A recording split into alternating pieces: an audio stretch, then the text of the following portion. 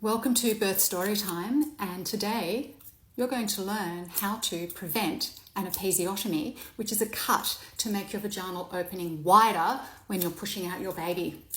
Don't need this. Back in 2018, I was looking after a young 18-year-old girl.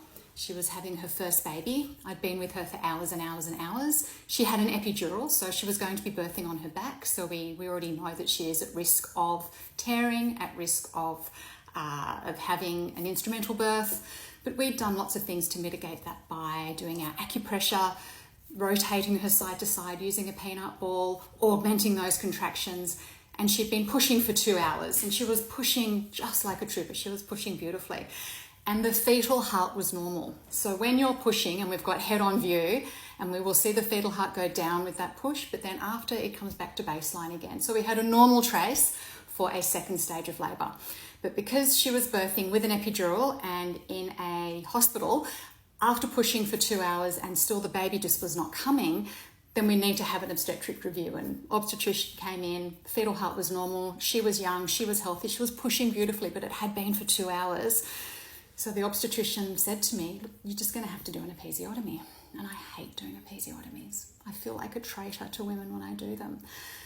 And I said to the woman, "Look, baby just can't get past that perineal band. You're pushing, we're changing positions, you're doing everything well, but we need to get baby out. So do you consent for me to make a cut, to make your vagina wider, to birth your baby?" She said, "No, you're not cutting me." Good on her. Okay, well, we need to do something because she's pushing, that head's just sitting there. It will not come past that tight perineal band. And then I saw it.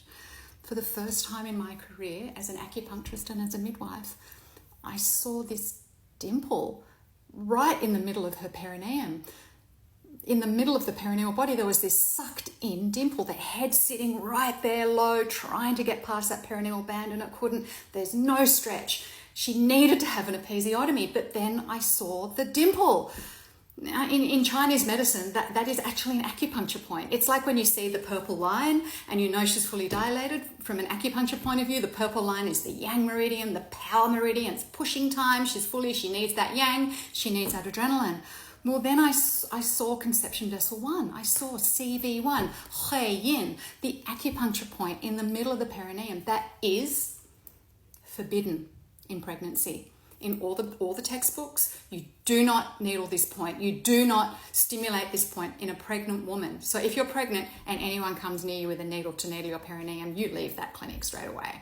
It's a point that's used in Taoist medicine and in Qigong practice, where you suck up the energy from the earth and you circulate it around your body. So it's a meditation practice, this point. But the point was there. The point was looking at me. We had to do something. And so I asked her consent. You know, I'm an acupuncturist. We've been doing acupressure for the last few hours. Is it okay if I use acupressure on that point now to see if it helps birth your baby? Yes, she said. You can do that. I trust you.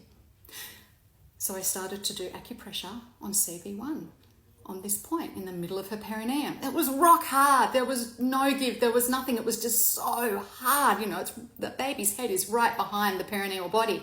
And I'm doing acupressure. And then underneath my fingers, it was so subtle, but I felt the transverse perineal muscles. I felt a give, and my finger actually advanced slightly into the perineal body. Now, this is all external. I'm doing nothing internal. I mean, you can't get in internal at that point anyway. I mean, the head is so low. So this is all external on her perineum, and my finger advanced a little bit into the perineal body, and then the head came up. I kept going. We'd been doing warm compresses already. We've been doing warm compresses for about half an hour already because the head had just been sitting there. And that's why we needed to do an episiotomy. But she declined. So I'm doing acupressure on this point. The head's coming. Don't push. Acupressure on the point. The head's coming. I lift that over the brow. Head's out. Body slides out straight onto mum's chest. Placenta comes out, physiological birth for the placenta. That was beautiful. And then the doctor and I look, and she's totally intact. And the doctor puts her head on my shoulder and says, "What did you just do?" And I said, I did acupressure for the first time on a point that I have never stimulated before. I think it was like a myofascial release. I'm not sure. So she goes out, she tells the other 10 midwives sitting in the station that have got women that are also in delayed second stage of labour, can you come in and show me what you just did? Okay. I've been teaching this technique now in the hospital where I work since 2018, so for 6 years. I have done a clinical trial and it's now proven that this technique will reduce the incidence of episiotomy, and if you have it done, you are more likely to have an intact perineum.